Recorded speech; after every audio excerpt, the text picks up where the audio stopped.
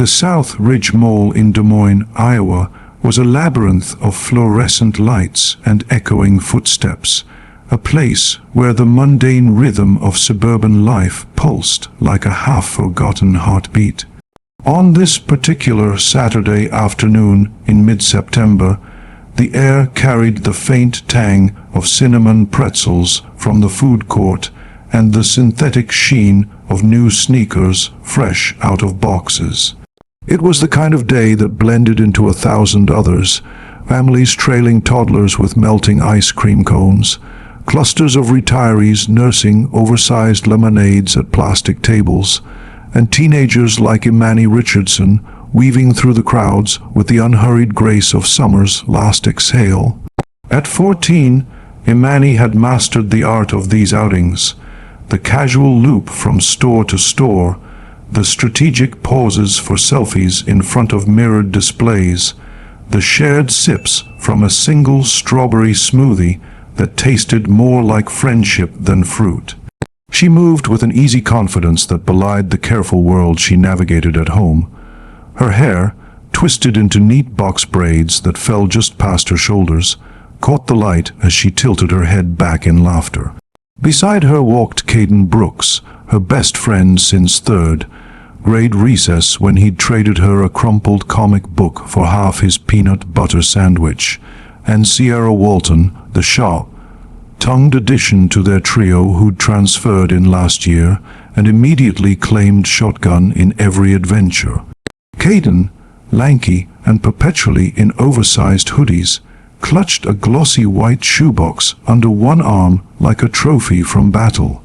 Inside nestled a pair of Nike Air Max 90s in electric blue, the ones he'd agonized over for a solid 40 minutes in the dim glow of Foot Locker. "Man, these are fire," he said, flipping the box to admire the swoosh through the plastic window. "Sierra, you said they'd make me look like I could dunk on LeBron. You weren't wrong." Sierra snorted, her ponytail swinging as she snatched a sip from the smoothie cup dangling from Imani's hand. She was the smallest of the three, with freckles dusting her nose like errant stars and a wit that could slice through awkward silences like butter. "I said you'd look like you could reach the rim, Caden. Don't get ahead of yourself, and put that box down before you drop it and cry in front of the whole mall." Her eyes sparkled with mischief, the kind that turned ordinary afternoons into stories worth retelling over late-night texts. Imani grinned, passing the cup back, her fingers brushing Sierra's in that effortless way that spoke of countless shared secrets. "He's right, though. They do look good. Matches that ridiculous chain you refuse to take off." The chain in question, a thin silver loop with a tiny basketball pendant, dangled from Caden's neck, a gift from his older brother who'd shipped it from basic training in Fort Benning. Caden touched it absently, his smile softening at the edges. "Hey, this is heirloom status. Wait till I'm in the league, you'll be auctioning it off for a mansion." They laughed, the sound bubbling up light and unforced, weaving through the hum of conversations around them. To anyone glancing their way, they were just three kids owning the space.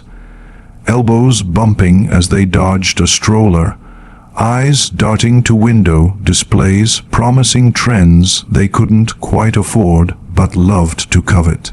Imani paused at a rack of graphic tees outside Urban Outfitters, her fingers trailing over the hem of one emblazoned with a faded supernova. "This one's cute. Sierra, it'd go with those cargos you thrifted last week." Sierra leaned in, squinting at the print. "Only if I want to look like a walking astronomy textbook. Pass, but you try it on. Your mom would hate it. Too much celestial rebellion for her courtroom aesthetic." Imani rolled her eyes, but there was affection in it. Her mother, Judge Marcia Richardson, was a pillar of precision, tailored blazers in midnight navy, hair pinned in low chignons that never dared a stray strand, and a voice that could quiet a room without rising above a murmur. Marcia's world was one of gavels and precedents, of late nights poring over case files in the glow of a desk lamp, while Imani's was playlists on shuffle and doodles in the margins of her algebra notebook. They overlapped in quiet moments, Sunday mornings with Steele, cut oats and the New York Times crossword, or drives to school where Marcia's jazz saxophone solos filled the car like a secret language. But here, in the mall's chaotic embrace, Imani was untethered, free from the weight of expectations that came with being the daughter of a federal judge. They drifted onward, the shoebox swinging like a metronome to their chatter.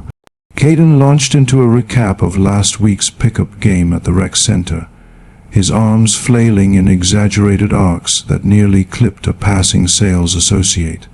So I'm wide open, right, and Jamal Jum all airballs it, from half court.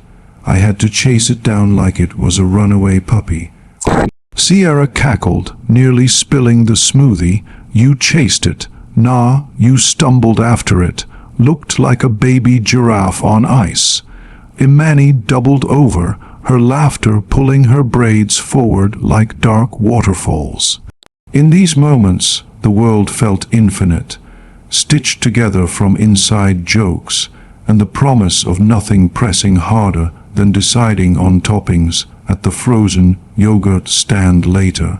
They rounded the corner toward the escalators, the second floor over, spilling out views of the food court below.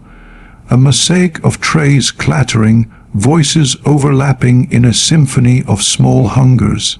It was there, amid the shoe displays of a boutique sneaker shop, sleek shelves lined with height, ops in matte black and iridescent greens, that Brian Kesler first noticed them.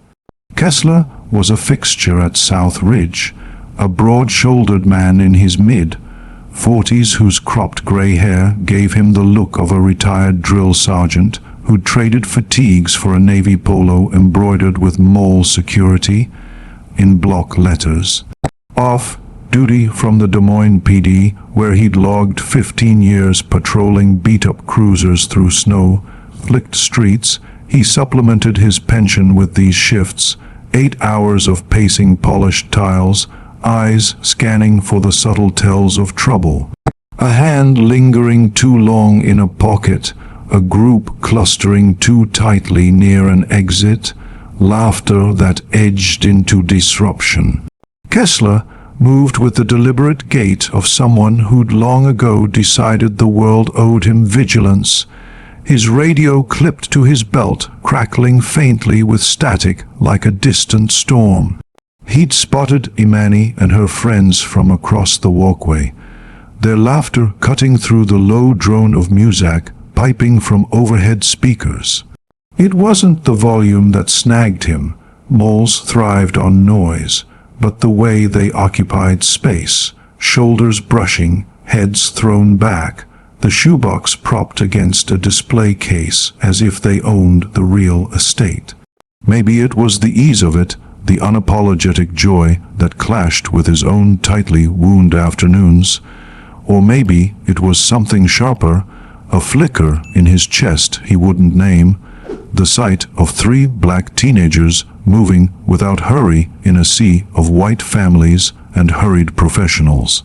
Kesler had seen enough in his years on the force to let assumptions settle like dust, quick judgments that kept the peace, or so he told himself over beers at the VFW hall.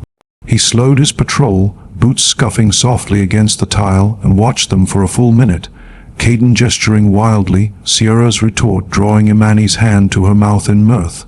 Loitering, he decided. Blocking the flow, potential for escalation, the decision crystallized in an instant, the kind that felt righteous in its simplicity. He adjusted his stance, hand drifting to rest near the radio, not his service weapon, holstered back at the precinct, but close enough to evoke its shadow. Authority wasn't just a badge. It was posture, tone, the subtle lean that said, "I see you. Hey, you 3. He barked as he closed the distance, his voice booming louder than the space demanded. echoing off glass storefronts like a warning shot. Shoppers nearby glanced up, forks pausing midway to mouths at the nearby pretzel stand. Imani turned first, her laughter folding inward like a secret caught mid-whisper. Sierra blinked, smoothie straw still between her lips, while Caden's arms dropped, the story about Jamal's airball evaporating unspoken. "We're shopping," Sierra said, her confusion threading the words like a half-unraveled seam. It wasn't defiance, not yet, just the honest bafflement of a Saturday interrupted. Kesler shook his head, the motion slow and deliberate, as if he'd already catalogued their excuses in a mental ledger. "Don't play smart with me, I've been watching. You've been hanging around the same spot for 20 minutes. That's loitering." The word landed heavy, official, pulled from the policy manual he'd memorized years ago. Caden frowned, fingers tightening around the shoebox until the cardboard creased. "I literally just bought these," he said, thrusting the box forward like evidence in a trial he hadn't prepared for. The receipt peeked from the edge, time-stamped 2:17 p.m., but Kesler wasn't interested in timestamps or proofs. His eyes flicked over it dismissively, hands still near his belt, the fabric of his polo stretching across shoulders honed from bench presses and unspoken resentments. "Don't get slick," Kesler continued, squaring his frame to tower over them, his shadow spilling across the tile like an accusation. He was 6'2" on a good day, but in moments like this he felt larger, the uniform amplifying what the badge back home confirmed. He was the line between order and its absence. "I said you're loitering. That's not allowed. Do I need to escort you out?" The question wasn't one, it was a gauntlet, laced with the implication that refusal would only tighten the noose. Imani's chest tightened, a coil of air trapped beneath her ribs. She felt the shift in the air, the way laughter curdled into something watchful, the distant clink of a dropped coin suddenly sharp. Her friends flanked her instinctively, Sierra's elbow brushing hers, Caden's shoebox now a shield held low. "Sir," Imani said, forcing steadiness into her voice the way her mother had taught her during mock debates at the kitchen table. Breath even, words measured, eyes direct. "We're not doing anything wrong. My mom is supposed to meet me here in a few minutes." Kesler tilted his head, the motion patronizing, like a teacher humoring a student's wild theory. "Your mom?" Mock concern creased his brow, but it didn't reach his eyes, which stayed flat as polished stone. "And who is Mommy? Maybe she can teach you how to follow rules." The words dripped with sarcasm, a hook baited to reel in embarrassment. Imani hesitated, the mention of her mother a card she hadn't planned to play so soon. Marcia was due at 3:00, fresh from emotions hearing downtown, her sedan probably idling at a red light on I-235 even now, but something in Kesler's smirk, the curl at the corner of his mouth, the way it invited dismissal, pushed the truth forward like a reflex. "My mother is Judge Marcia Richardson," she said, the title landing with the quiet weight of fact. "She's a federal judge downtown." For a split second, the walkway held its breath. Caden and Sierra exchanged glances, a silent Morse code of "did she really say it?" Their postures shifting from defensive to anticipatory, the air hummed with possibility, the way a room stills before a punchline or a verdict. Then Kesler threw his head back and laughed. Not a chuckle, polite and fleeting, but a full-throated bellow that rolled out like thunder chasing a storm. It turned heads, a woman in yoga pants pausing mid-scroll on her phone, a father corralling his son away from a Lego display, their eyes flicking toward the uniform and the kids it pinned. A federal judge? Kesler gasped, wiping an imaginary tear from his eye. his voice pitching higher for effect. "That's rich. That's the best excuse I've heard all week." He jabbed a finger toward Imani, the gesture loose and accusatory, as if she'd scripted the line for a school play. "Kid, you could have said your mom's the president and it wouldn't make a difference. You're loitering." Imani's cheeks ignited, heat flooding from her collarbone to the tips of her ears. She wanted to shrink, to melt into the scuffed tile beneath her sneakers, but her body betrayed her, rooted, exposed under the growing spotlight of stares. Shoppers slowed their paces, orbiting the scene like satellites drawn to gravity's pull. A cluster of college students lingering by a piercing kiosk, their whispers threading the air. An older couple pretending to browse scarves but craning necks for audio. With every peal of Kesler's laughter, the humiliation amplified, a microphone feeding back on itself until it drowned her own pulse. Sierra muttered under her breath, low enough for only them, "This is messed up." Her fingers twitched toward her phone, instinct urging record this, but the moment felt too raw, too immediate to capture in pixels. Caden stepped forward a half-inch, his voice tight as a strung wire, the shoebox creaking under his grip. "She's telling the truth, man. You don't gotta talk to her like that." But Kesler only scoffed, his chest puffing outward as if the audience granted him license. A performer feeding on applause he mistook for his own. "What's the matter?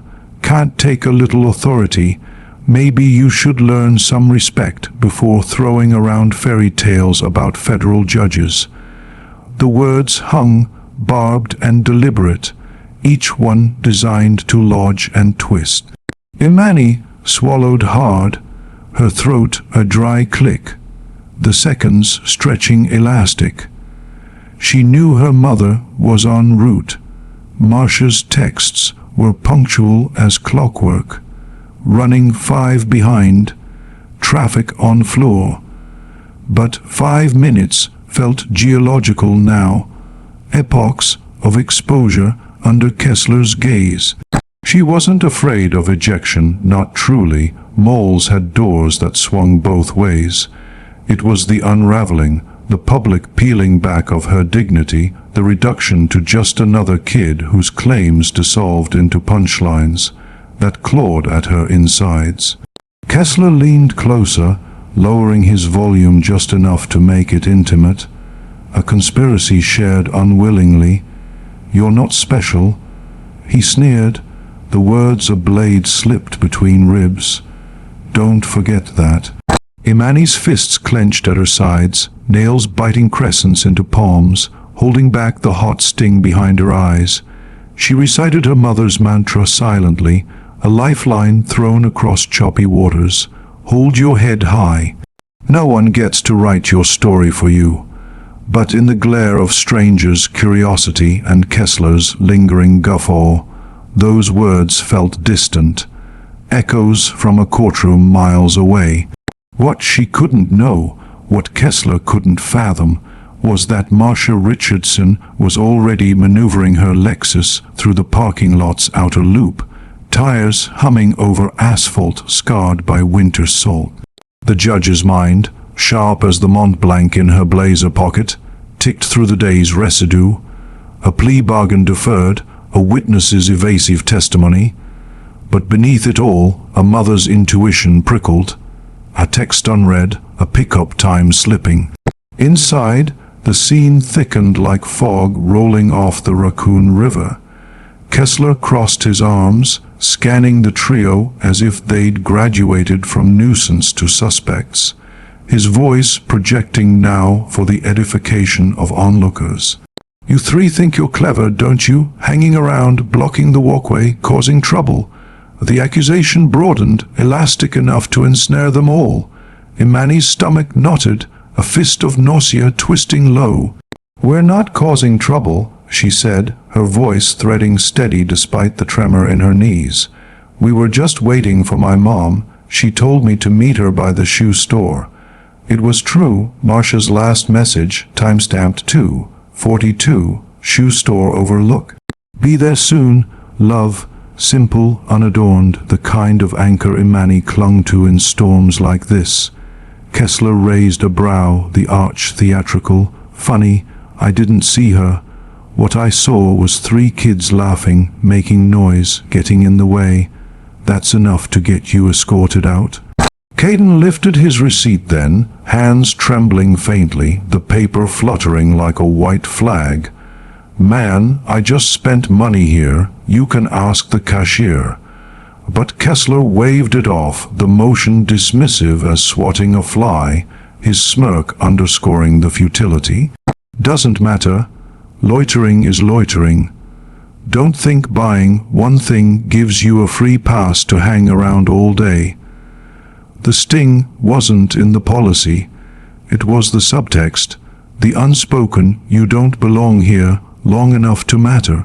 Imani felt it settle, a weight on her chest. Sierra whispered, fierce and low, "He's treating us like criminals."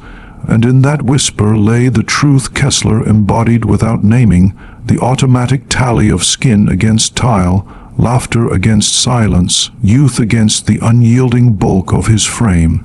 He stepped closer, narrowing the gulf between them until his shadow eclipsed hers entirely. "Look, I'll make this simple," he said, his grin a crescent of teeth. "Either you leave the premises or I call for backup, and trust me, you don't want that kind of attention." Imani's blink was reflexive, disbelief sharpening her words. "Backup? For what? We didn't do anything wrong." Kesler's lips curled wider, savoring the hook's set. "That's what they all say." The crowd murmured then, a low tide of opinion cresting. A middle-aged woman in a denim jacket, arms laden with garment bags, whispered to her husband, "They're just kids." He nodded, but his mutter carried, "Respect authority, though." Sides splintered like fault lines, fueling Kesler's fire. Imani's hands shook, but she marshaled her voice, drawing from the well of her mother's lessons. "Facts first, emotion second. My mother is coming. She's a federal judge. You're going to regret talking to us this way." The repetition was deliberate, a stake in uncertain ground. And once more, Kesler erupted in laughter, his boom cascading down to the food court below, drawing fresh heads upward like a siren's call. "A federal judge, that's your story. Let me guess. Next you're going to tell me the president's your uncle." He slapped his knee, dramatic as a vaudevillian, feeding on the stares that multiplied. A dozen now, then 15, phones slipping from pockets under pretense. Caden muttered, breath hot against Imani's ear, "Man, he's not even listening." Her cheeks blazed, a tear pricking insistent, but she blinked it back with the ferocity of someone who'd learned early that vulnerability was a luxury rationed thin. If there was one creed Marcia had etched into her, from bedtime stories of Thurgood Marshall to breakfast, table dissections of Brown v. Board, it was never let them see you break. "I'm not lying," Imani said, louder now, her voice a thread pulled taut. Kesler leaned down, close enough that his breath soured the air between them, his tone dropping to a venomous hush. "Listen, sweetheart.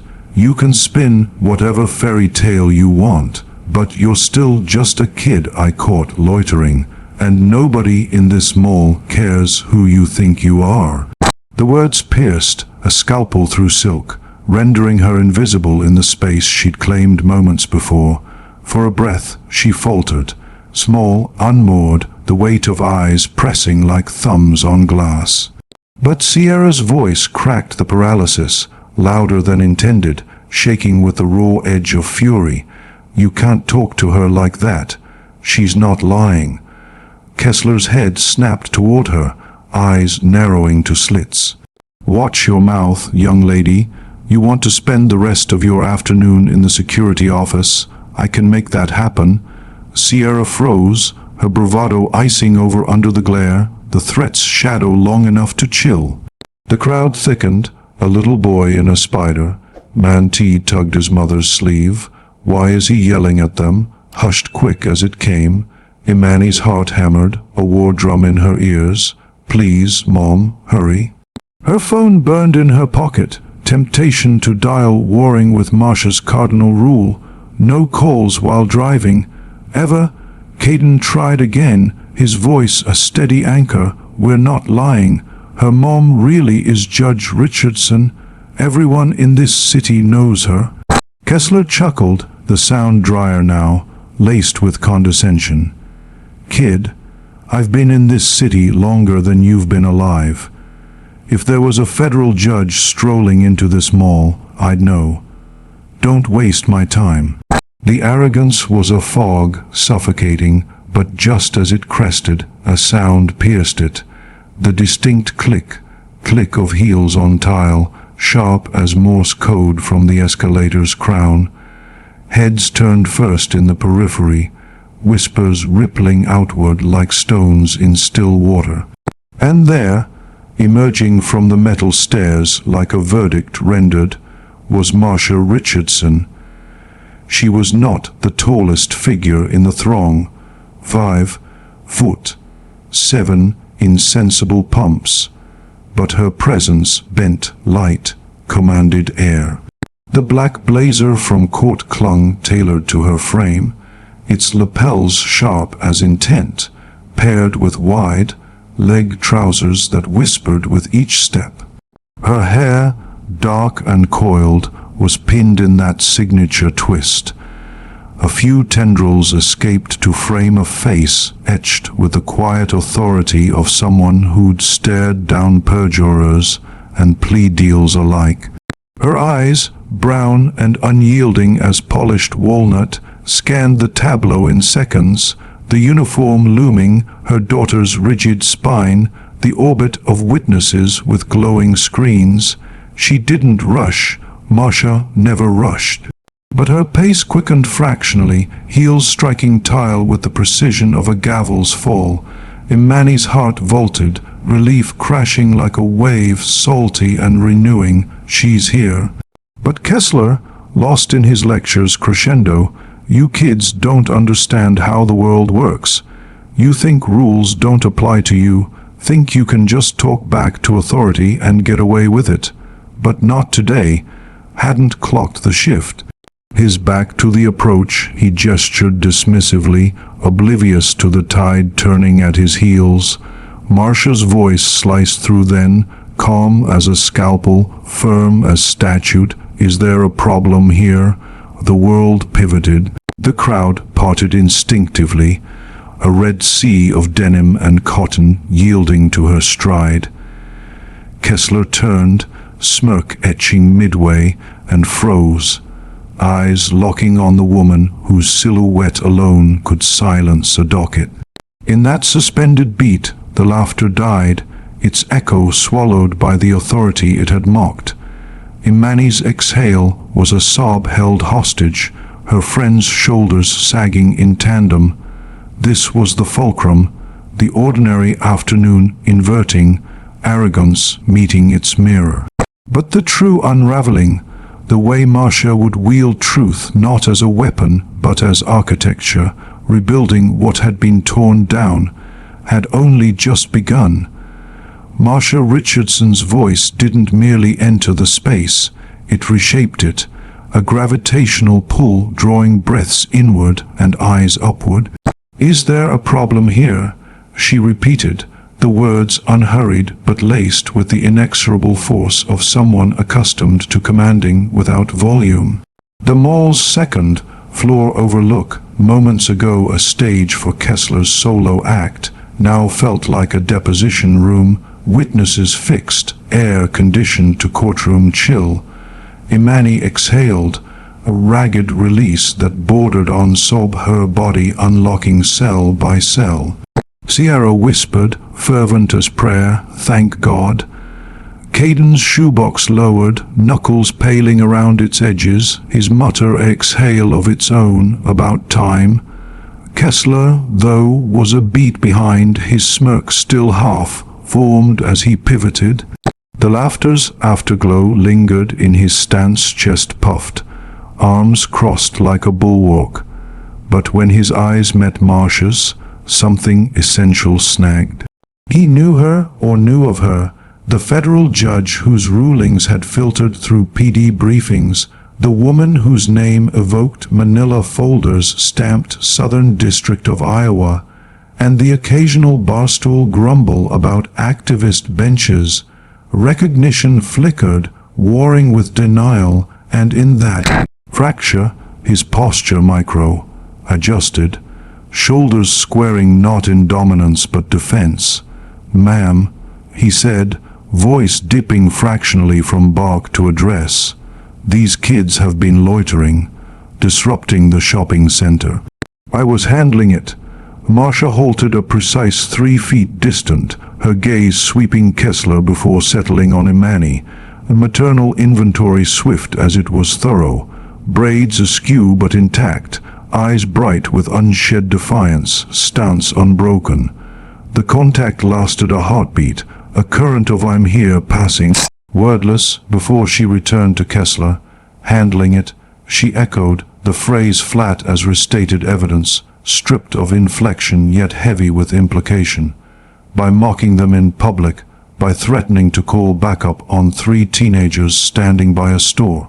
Her tone held no accusation's heat. Marcia's power lay in precision, not pyrotechnics. But the questions landed sequential, each building indictment without raising a decibel. The crowd stirred, a low-wave murmur cresting, agreement from the denim-jacketed woman, sounds about right, unease from the husband shifting his weight, she's got a point.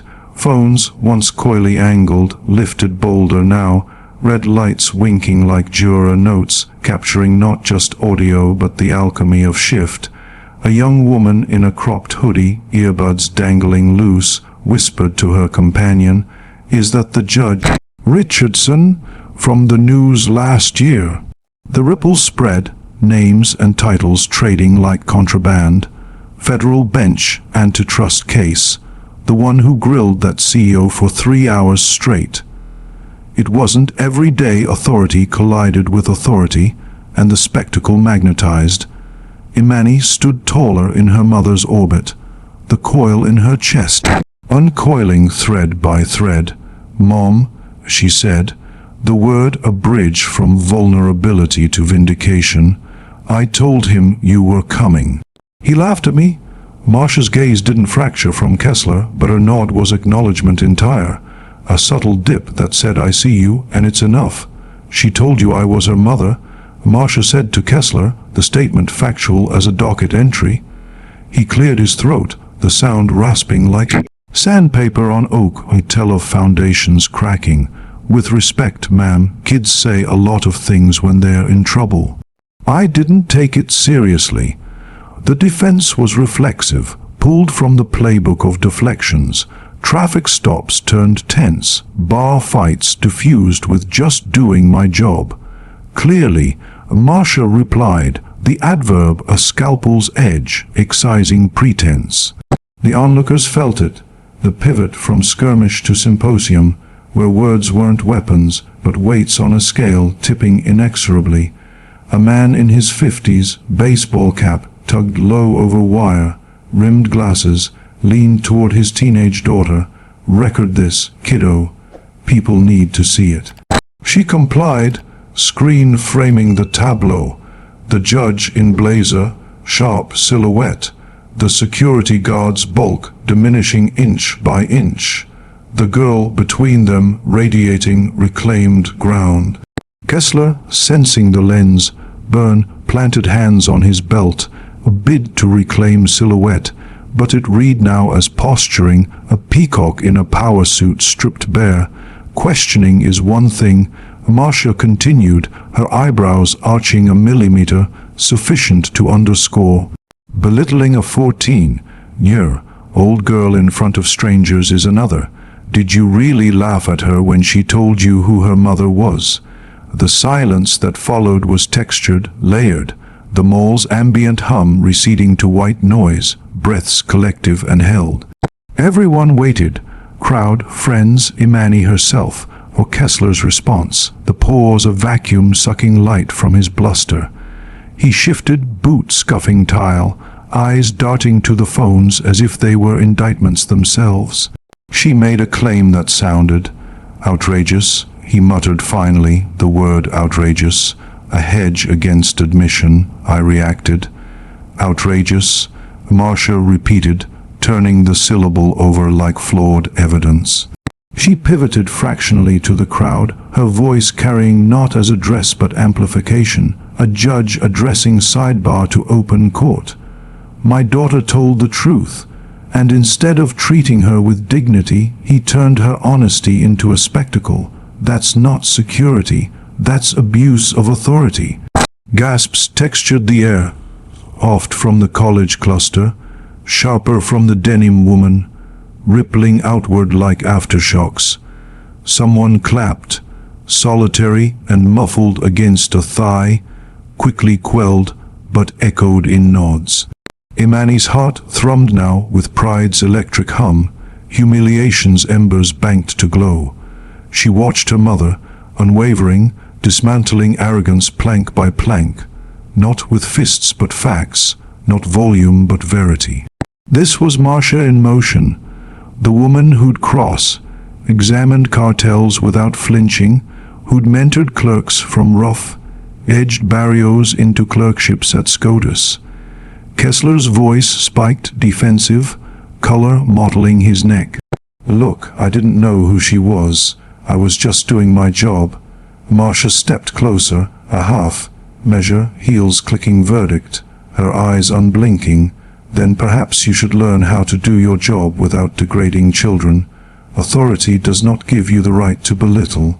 The crowd engaged fully now, shoppers abandoning carts, a ring forming fluid as mercury.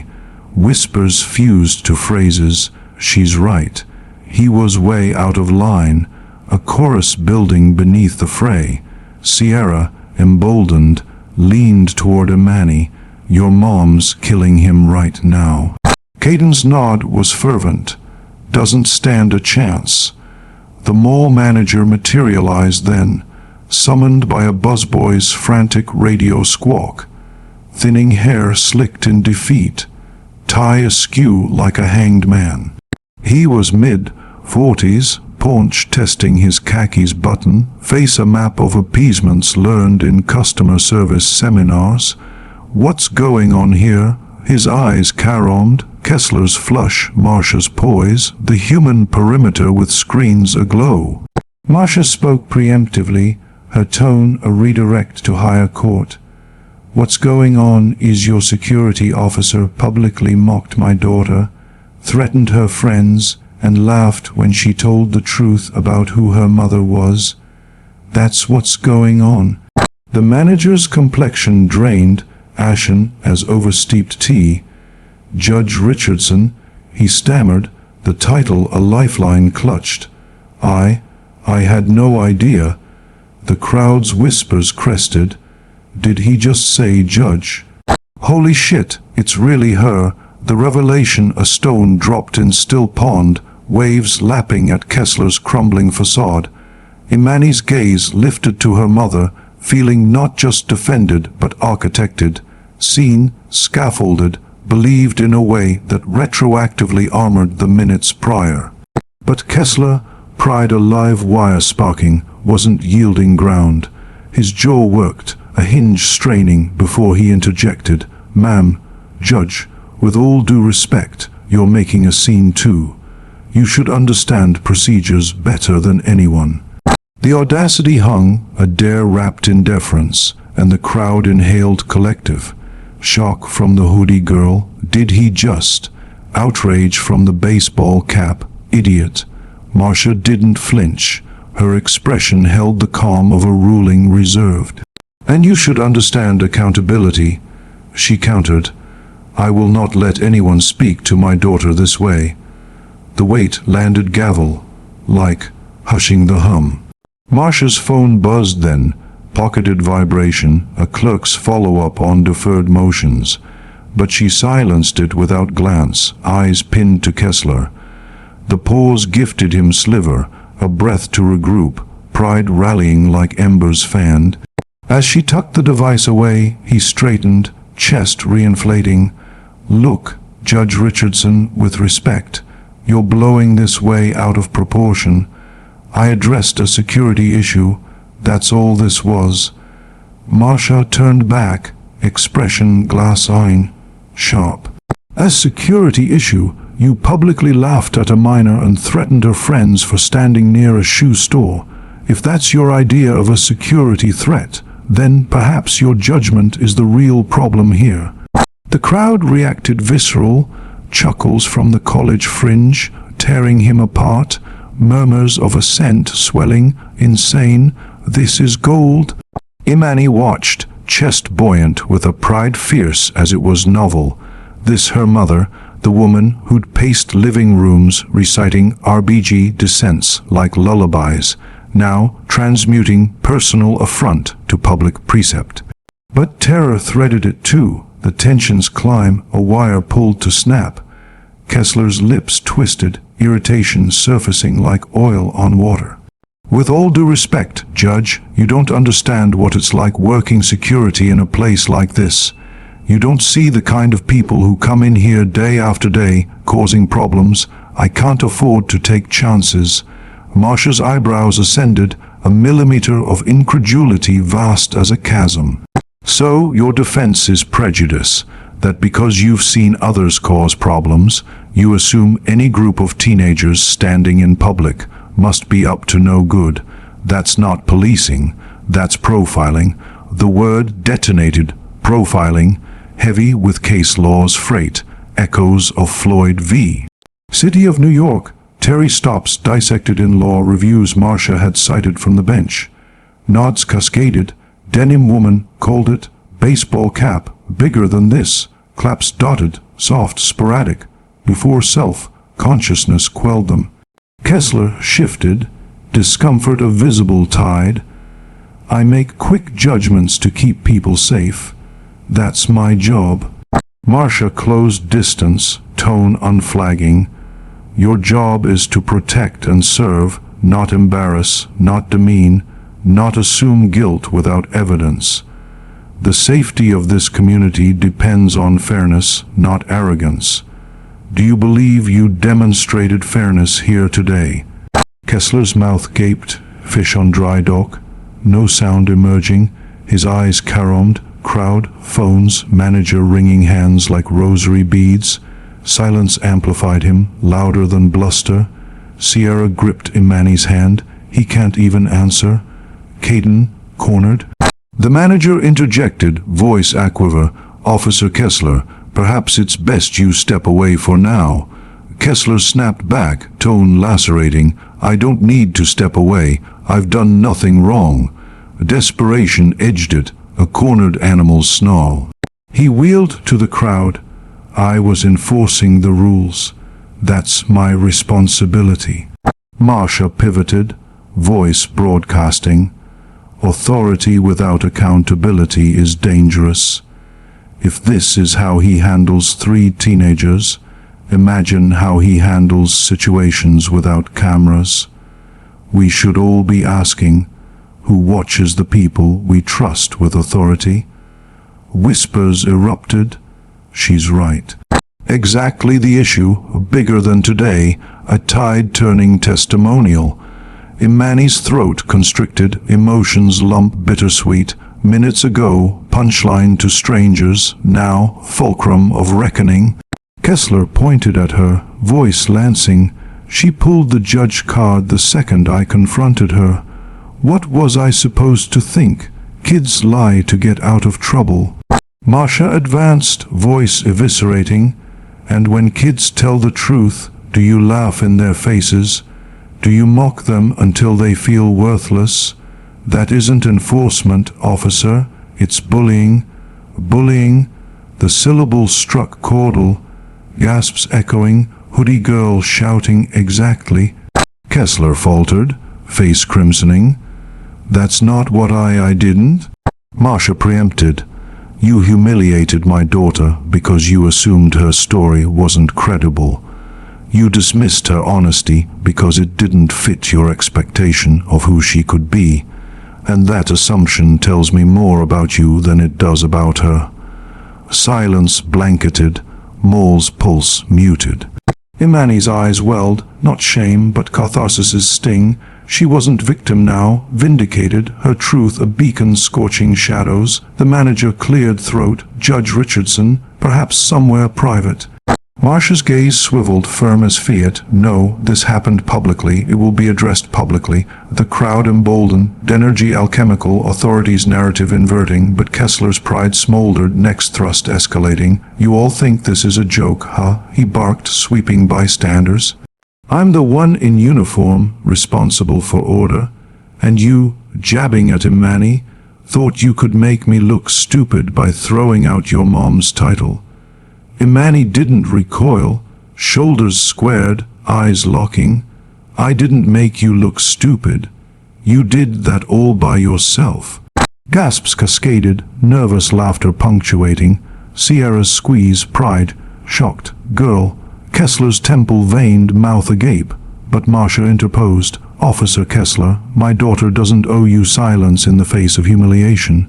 She owed you respect, and she gave it. You failed to return it. The blow landed structural, his standing eroded. Respect goes both ways, he cracked. I didn't disrespect anyone until you laughed in a 14-year-old girl's face. Marcia severed. Until you turned truth into ridicule. That's where you lost your standing. Murmurs amplified, right. Mocking her whole time. Why no trust in security? Pressure mounting, Kesler's fists clenching. To manager, you gonna let her talk like this? I work for you. The manager, sweat, sheened under lenses. I calmed down. Marcia to him. Calm was lost when your officer decided my daughter was worth less than his mockery.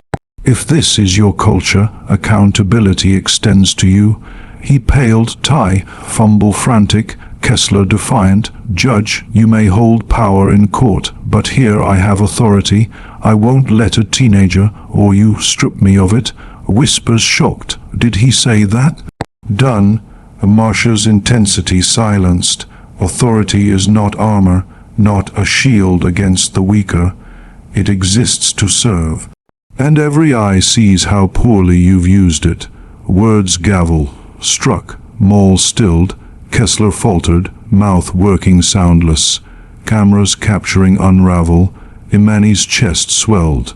Strength unexpected, humiliation undoing. Sierra can't come back. Caden finished. Kesler muttered, fracturing. I was just doing my job. Marcia slow, shook. No, you were asserting yourself at children's expense. That's the difference. Claps low rose. Hesitant, then undeniable. Phones framing applause, murmurs, exchanged glances. Strangers allied in witness. Kesler's shoulders slumped, smirk hollow. Narrative lost, self-exposed. Marcia leaned, low, audible. Accountability isn't optional. You will answer for today. Imani exhaled, humiliation lifting, mother not defending, but demonstrating. Truth firm shatters arrogance, but scene crested unfinished. Radios crackling distant, more uniforms approaching. Fall, outbrewed, fire-fueled. Radios crackled prelude, static-laced urgency. Threading the air before boots echoed. 2 more security officers breached the perimeter. Navy polos crisp, belts weighted with zip. Ties and flashlights. Faces schooled neutral but eyes wide at the tableau. The taller, a woman with sandy blonde in severe bun, led. Her stride cautious, appraising. Kesler's flush, Marcia's unmovable poise, the human cordon with screens vigilant. Her partner, stocky with a mustache shadowing lip, flanked silent, hand near radio as if summoning reinforcements for reinforcements. They halted at edge, the blonde's gaze caroming. What's going on here? Clipped, uncertain, tone of one sensing riptide mid-swim. Marcia answered preempt, measured, firm. What's going on is that your colleague publicly mocked my daughter, dismissed her honesty, and humiliated her before dozens of witnesses. Now I want this addressed properly. The blonde glanced Kesler-ward, his face a stormfront, jaw granite. Then Marcia, Judge Richardson, is it? Recognition dawned, respect unease, alloyed. She nodded slow, yes. Crowd murmured amplification, really her. No wonder nervous, ripples texturing. Kesler's fists bold. You don't need say it like that. She's just another person here. Marcia's gaze lanced. I am a public servant, yes, but right now I'm a mother. And you owe my daughter more than a forced apology. Blonde shifted, moments gravity leaden. Judge Richardson, I'll file report with management. We'll review footage. Crowd interjected. Footage, we've all got it. Man shouting, phone thrust. Others elevated screens, all recorded. Manager floor, sink desire etched, pleaded. Judge privately, Marcia, no. Public deed, public address. Imani at flank silent, gaze crowd. Trawling, no longer alone. Strangers witness solidarity, mattering molecular. Sierra, everyone's side now. Caden doesn't realize bad. Kesler, crimson, breath heavy to crowd, you don't understand. Enforcing policy, these kids loitering, blocking, scene, making. Voice cracked, weren't their start, but rebuttal swift. No, you seen. Another laughed, we heard. Swell energetic, phones proximate. Grimace, word capture. Pressure vised, Kesler snap. Weren't, Marcia rose calm, commanding. Problem isn't policy, Officer Kesler. It's handling. Children deserve respect, mother federal judge or not. Today, you showed community how poorly you honor responsibility. Blonde firmer, Officer Kesler, step away now. Jort, tight, pride bitter. Can't just a manager trembled. Cut, Brian, enough. Step, final fracture, shoulders sagged, breath labored, glare crowd, ward, back step, relief waved, claps quiet, exhales collective, breath, held 10 minutes released, Imani's chest loosened, safe inaugural since inception, Marcia to daughter, softening, all right. Imani nodded, throat emotion tight, yeah. Now, a moment lingered, tensions forge, humiliations shift, crowd not watching, witnessing, power imbalance, abuse, correction truth, verm, man back, why no trust authority, moments like, answer, why accountability matters, energy transmuted, what humiliation Imani start, lesson universal, but Marcia knew unfinished, words sting, apologies hollow, deeper wound daughter's youth, facing, scene quieted gradual, shoppers thinning, whispers trailing, few encouragement, nods Imani ward, saw, believe, Marcia guided trio, daughter, friends, to quieter nook, benches department, store flank, camera, ceased but weight perjured, Imani benched, dropped, tension corporeal, shake, hands knee pressed, braids forward, curtain, Sierra Caden hovered, leave or stay limbo, Marcia sat adjacent, hand steady, over, Imani. Talk, feeling, hesitation, words chest, tangle, felt small, mom, not person, joke, everyone saw, crack, voice, tear, threat, Marcia squeezed, weren't joke, brave, grounds, stood when diminished stride, strength matters, Imani hedge, shake, tear, slip, felt nothing said mattered, till showed. Couldn't make believe, Marcia eyes serious, not you, him, assumptions, live people like Kesler, decide who before Mao, Thopen, not failure yours, his, Sierra soft angry, treated criminals, like no, belong. If mom not, trail, Caden jaw tight, dragged out, assumed right, Marcia nod slow, why today matters, not arrogance his lesson leaves, cannot control bias others, control response, you all honesty, responded, Imani wipe, I, hurts much. Thought, What if not here? No believe. Marcia softer, then truth still yours, sometimes loneliest world, thing, but yours, stronger returns. Teens quiet, words sink, Sierra head, lean Imani, shoulder, solidarity, silent, Caden shoe, stare, frown, how people like badge, where? Marcia exhale slow, systems imperfect, people, built flaws, carry, some authority sir, others control, challenge difference, learn, never let define worth. Imani mother, look, whisper, tried remember, head high, hold.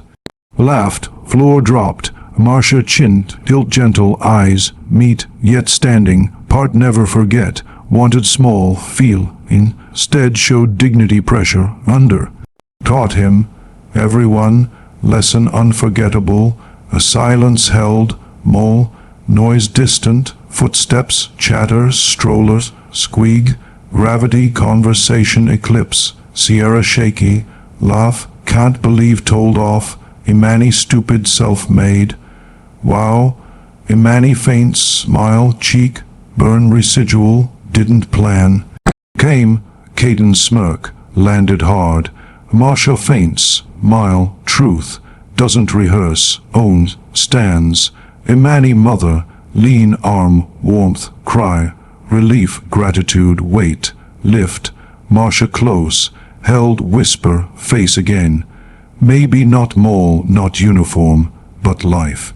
Remember today, their laughter doesn't diminish, exposes, lesson lingered, quiet, moment interstice, confrontation scars, yes, resilience else, left, fire, sharpened, but south ridge bigger, mother, defend daughter mirror broader, struggles, daily, patterns voices, silenced truth, laughed fracture till. Car ride home heavy, calm, Imani window leans seconds, replay, mock laugh, stare, crowd mother, voice blade, Sierra Caden back, quiet emotional, exhaust, Marcia drove steady road, fixed eyes, thought small anchored, Imani spoke final, mom, things like stop. Assuming worst, Marcia pause answer, don't stop own, change, hold accountable, today example bigger, pattern daily, lived fight response, how respect, demand without self, lose, Sierra forward, lean, scary, he thought laugh, like no, worth listen, Marcia nod, underestimated. Control, thrive want powerless, believe, but tall, stand fear, even, remind not, invisible, Caden low steady, looked small, called out, couldn't hide, Marcia rear view, glance, truth, power, no volume, need, no force, clarity only. Spoken, cannot silenced, Imani turn, mother softer, thought alone, laughed like no, believe ever, showed, trail, throat, tight, felt matter, again, Marcia console, reach, hands squeeze, mattered whole time. Laughter is not change, remember, treat, weigh reflection them, not you. More than assumptions, silence reflective, thoughtful, not heavy, weight sat with clarity, meant driveway, pulls sun, dip lows, guy orange, pink streak, Imani step out, taller hours, prior, humiliation unvanished reshaped, scar, lesson carryable, night bed lay, mother, words replay, authority, not serve exists, Kesler, mock thought, confidence, shatter confronted, memory hurt, power, filled novel, truth this south ridge not unique, stories hers everywhere, kids know, judge, mother step, voices, silenced, truth, laughed break till, real, wait lesson, unchecked authority humiliate, Imani. Accountability dignity restore, Imani lived, truth strangers, dozens memory, carry, change next view, twice, think dismissteen honesty, mole, incident moment one, city, one, after, noon, truth wider, stretch, respect not optional, dignity not negotiable, challenge, arrogance, truth, crumble every, Imani, sleep, fell thought, story, once shame, source reminder powerless, not voice had no laugh, smirk, badge erase, mother, said truth no reher, sown, stands, take, away one, shopping, center never assumptions, define laughter, shrink arrogant, silence rise tall, stand truth, your outlast mockery, always, and listening, story now, reminder own, life firm, stand clear, speak worth, no, lessons no tend. If you liked this story, please like, subscribe, and share it with others so they can learn something from it too.